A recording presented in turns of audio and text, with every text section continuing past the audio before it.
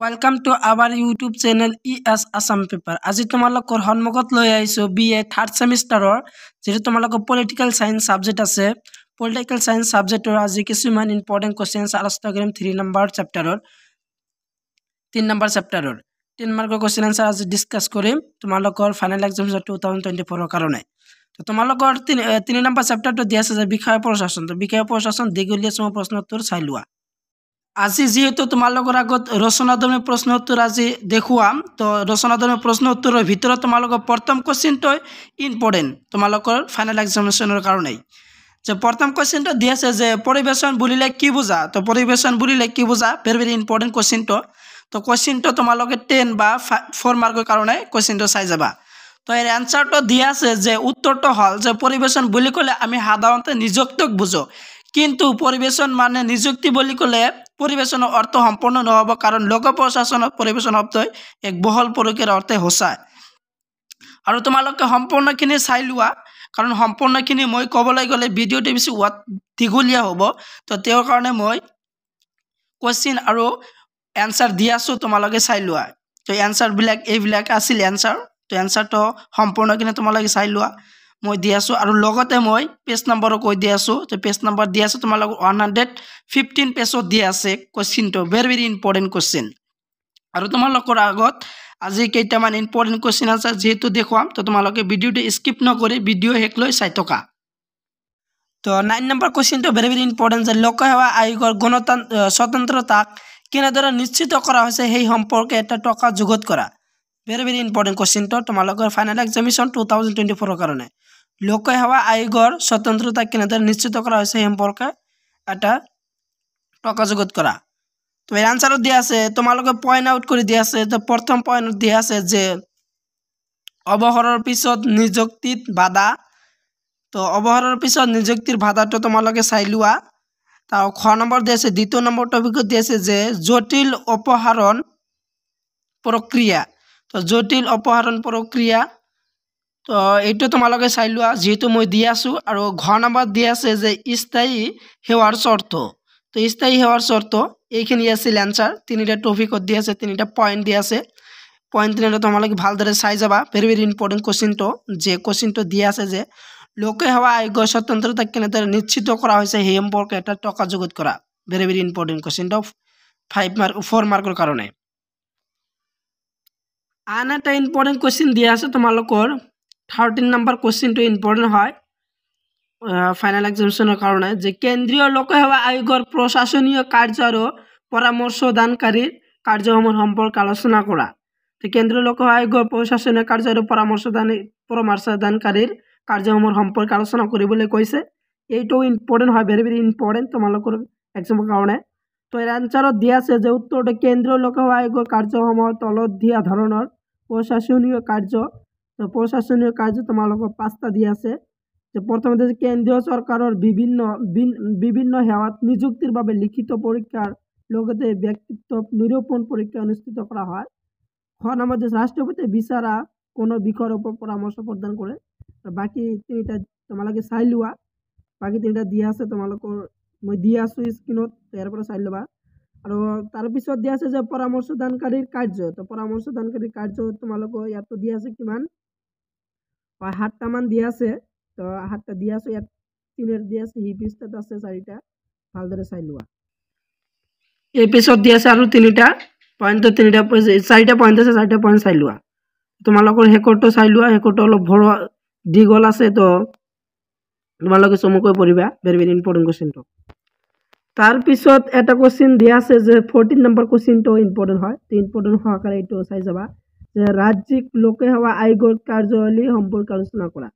তো ৰাজ্যিক লোকসেৱা আয়োগৰ কাৰ্য সম্পৰ্কে আলোচনা কৰিবলৈ কৈছে এইটো ইম্পৰ্টেন্ট হয় 4 মাৰ্কৰ কাৰণে চাই যাবা যে ৰাজ্যিক লোকসেৱা আয়োগৰ তলত দিয়া কাৰ্যসমূহ সম্পাদন কৰিব লাগে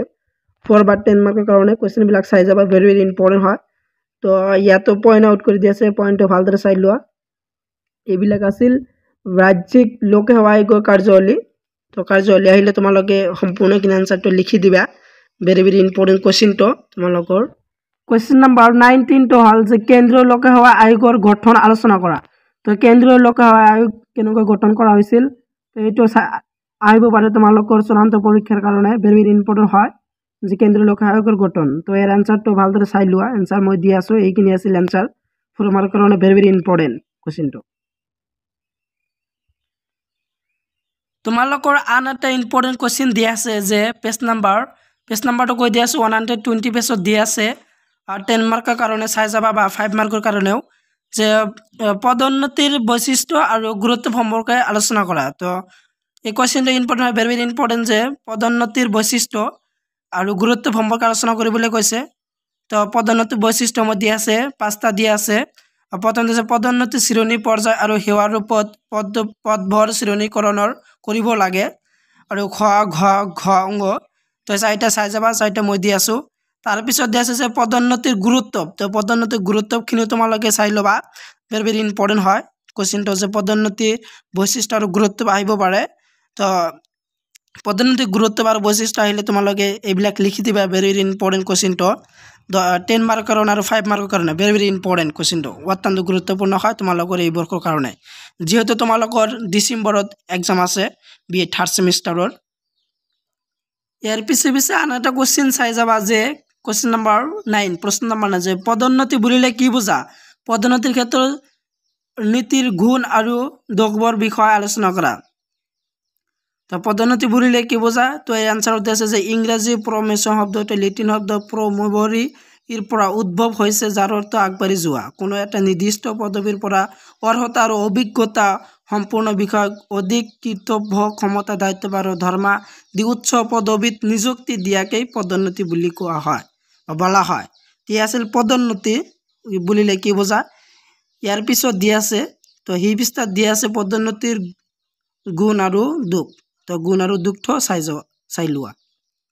প্ৰথমত দিয়া আছে যে পদোন্নতিৰ গুণ। তো পদোন্নতিৰ গুণ কেইটা চাই লোৱা, এইবিলাক আছিল পদোন্নতিৰ গুণ। যিহেতু ইয়াত পইণ্ট আউট কৰি দিয়া আছে, কেইটামান পইণ্ট দিয়া আছে, 7-8টা পইণ্ট দিয়া আছে, তোমালোকে ভালদৰে চাই যাবা। 10 মাৰ্কৰ কাৰণে বা 5 মাৰ্কৰ কাৰণে ভেৰি ভেৰি ইম্পৰ্টেণ্ট। 5 মাৰ্কৰ নহয়, 4 মাৰ্কৰ কাৰণে, যিহেতু তোমালোকৰ 5 মাৰ্কৰ নাহে, 4 আৰু 10 মাৰ্ক আৰু 1 আৰু 2 মাৰ্কৰ কাৰণে আহিব। এইবিলাক এইটো কুৱেশ্যন তোমালোকে 4 আৰু 10 মাৰ্কৰ কাৰণে চাই যাবা। ইয়াৰ পিছত তোমালোকে চাই লোৱা যে পদোন্নতিৰ দোষ। তো পদোন্নতিৰ দোষ যেহেতু ইয়াত দিয়া আছে, ইয়াত 4টা পইণ্ট দিয়া আছে পদোন্নতিৰ দোষ, আৰু সেই পৃষ্ঠাত কেইটামান দিয়া আছে সেইকেইটা তোমালোকে চাই লোৱা পদোন্নতিৰ দোষ। তো পদোন্নতি কুৱেশ্যনটো হ'ল যে পদোন্নতি বুলিলে কি বুজা, পদোন্নতিৰ দোষ আৰু গুণ আলোচনা কৰা কুৱেশ্যনটো আহিব পাৰে। তো এতিয়া চাই লোৱা পদোন্নতিৰ দোষ আৰু কেইটামান পইণ্ট দিয়া আছে, পইণ্টকেইটা চাই লোৱা। এয়াই আছিল পদোন্নতিৰ দোষৰ পিছৰ পইণ্টকেইটা। তো পিছৰ পইণ্টকেইটা ভালদৰে চাই লোৱা, এইবিলাক আছিল। ইয়াৰ পিছত এটা কুৱেশ্যন দিয়া আছে যে এই কুৱেশ্যনটো হ'ল যে 10 নম্বৰ কুৱেশ্যন দিয়া আছে যে পৰীক্ষণ সংজ্ঞা দিয়া, ইয়াৰ প্ৰকাৰ আৰু গুৰুত্বসমূহ সম্পৰ্কে লিখা। তো পৰীক্ষণৰ সংজ্ঞা দিয়া আৰু ইয়াৰ প্ৰকাৰ আৰু গুৰুত্ব সম্পৰ্কে লিখিবলৈ কৈছে। তো পৰীক্ষণ কি বা সংজ্ঞা। তো পৰীক্ষণ যে ইয়াত দিয়া আছে এনচাৰটো দিছে লোক প্ৰশাসন অৰ্থত পৰীক্ষণ হ'ল কৰ্মচাৰীৰ দক্ষতা ক্ষমতা আৰু বৃদ্ধি আৰু বিকাশৰ বাবে আৰু সুনিৰ্দিষ্ট লক্ষ্যৰ প্ৰতি দৃষ্টিভংগী আৰু প্ৰমূল্য বিকাশ কৰা এটা সচেতনে প্ৰয়াস হ'ল পৰীক্ষণ। তো সম্পূৰ্ণখিনি চাই ল'বা, যিহেতু ইয়াত বহুলভাৱে দিয়া আছে পৰীক্ষণ কি। তো তোমালোকে সম্পূৰ্ণখিনি চালে তোমালোকে ভালদৰে বুজি পাবা। তোমালোকে সম্পূৰ্ণখিনি ভালদৰে চাই যাবা। ইয়াৰ পিছত চাই লোৱা যে পৰীক্ষণৰ প্ৰকাৰ বা শ্ৰেণী বিভাগ। তো শ্ৰেণী বিভাগ কেইটা চাই লোৱা। তো পৰীক্ষণৰ প্ৰকাৰ, তো পৰীক্ষণৰ শ্ৰেণী বিভাগ দিয়া আছে যে পদ্ধতি কাল পৰ্যায় পৰীক্ষণ অনুষ্ঠান আৰু উদ্দেশ্য অনুসৰি ইয়াক শ্ৰেণী বিভাগ কৰিব পাৰি। সেইমতে প্ৰথমতে আছে পদ্ধতিৰ ভিত্তিত পৰীক্ষণ, দ্বিতীয়তে আছে যে কালৰ ভিত্তিত পৰীক্ষণ, যেহেতু এইবিলাক আছিল প্ৰকাৰ পৰীক্ষণৰ বা শ্ৰেণী বিভাগ, আৰু তোমালোকে 3টা দি আছে। তো শ্ৰেণী বিভাগ চাই লোৱা। তাৰপিছত আছে ঘ নম্বৰ আছে পৰ্যায়ৰ ভিত্তিত পৰীক্ষণ অনুষ্ঠান ভিত্তিত পৰীক্ষণ, উদ্দেশ্যৰ ভিত্তিত পৰীক্ষণ। ইয়া আছিল পৰীক্ষণৰ প্ৰকাৰ বা শ্ৰেণী বিভাগ 5টা দি আছে। ইয়াৰ পিছে দিয়া আছে যে পৰীক্ষণৰ প্ৰয়োজনীয়তাসমূহৰ তলত আলোচনা কৰা হ'ল গুৰুত্ব বা প্ৰয়োজনীয়তাসমূহ। তো পৰীক্ষণৰ প্ৰয়োজনীয়তা বা গুৰুত্বসমূহৰ এইবিলাক আছিল গুৰুত্বসমূহৰ পৰীক্ষণ। ভেৰি ইম্পৰ্টেণ্ট কুৱেশ্যনটো 10 মাৰ্কৰ কাৰণে অত্যন্ত গুৰুত্বপূৰ্ণ হয় কুৱেশ্যনটো এই বৰ্ষৰ কাৰণে, 2024 বৰ্ষৰ চূড়ান্ত পৰীক্ষাৰ কাৰণে এইবিলাক ভালদৰে তোমালোকে চাই যাবা ভেৰি ভেৰি ইম্পৰ্টেণ্ট গোটেইবিলাক ইম্পৰ্টেণ্ট হয় থাৰ্ড সেমিষ্টাৰৰ যিহেতু এইটো আছিল পলিটিক্যাল সায়েন্সৰ এইবিলাক ভেৰি ভেৰি ইম্পৰ্টেণ্ট 3 নম্বৰ চেপ্টাৰৰ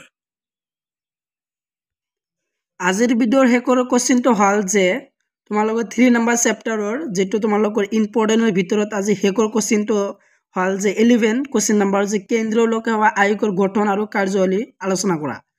তো এইটো ইম্পৰ্টেণ্ট হয় যে কেন্দ্ৰীয় লোকসেৱা গঠন আৰু কাৰ্যৱলী আলোচনা কৰা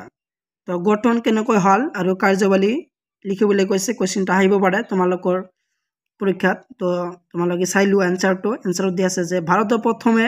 1919 চনত চৰকাৰৰ আইন অধীনত কেন্দ্ৰীয় লোকসেৱা আয়োগৰ ব্যৱস্থা কৰা হয় আৰু 1955 চনৰ আইনে ভাৰতৰ কেন্দ্ৰীয় লোকসেৱা আয়োগৰ উপৰিও ৰাজ্যিক লোকসেৱা আয়োগ গঠনৰ ব্যৱস্থা কৰিছিল ভাৰতৰ সংবিধানত 315 নং অনুচ্ছেদত অনুসৰি এনে ব্যৱস্থা কৰা হৈছে ভাৰতত উচ্চ পৰ্যায়ৰ কৰ্মচাৰী বাছনি কৰিবলৈ আৰু চৰকাৰক এই সম্পৰ্কে পৰামৰ্শ দিবলৈ যি আয়োগ গঠনৰ ব্যৱস্থা আছে সেই আয়োগে কেন্দ্ৰীয় লোকসেৱা আয়োগ বুলি কোৱা হয় বা বলা হয় তো এই আছে কেন্দ্ৰীয় লোকসেৱা আয়োগ তাৰপিছত দিয়া আছে ভাৰতীয় লোকসেৱা আয়োগৰ গঠন আৰু কাৰ্যৱলী তো গঠনটো তোমালোকে চাই লৈ আছিল গঠন কেন্দ্ৰীয় লোকসেৱা আয়োগৰ গঠন তাৰপিছত দিয়া আছে যে কাৰ্যৱলী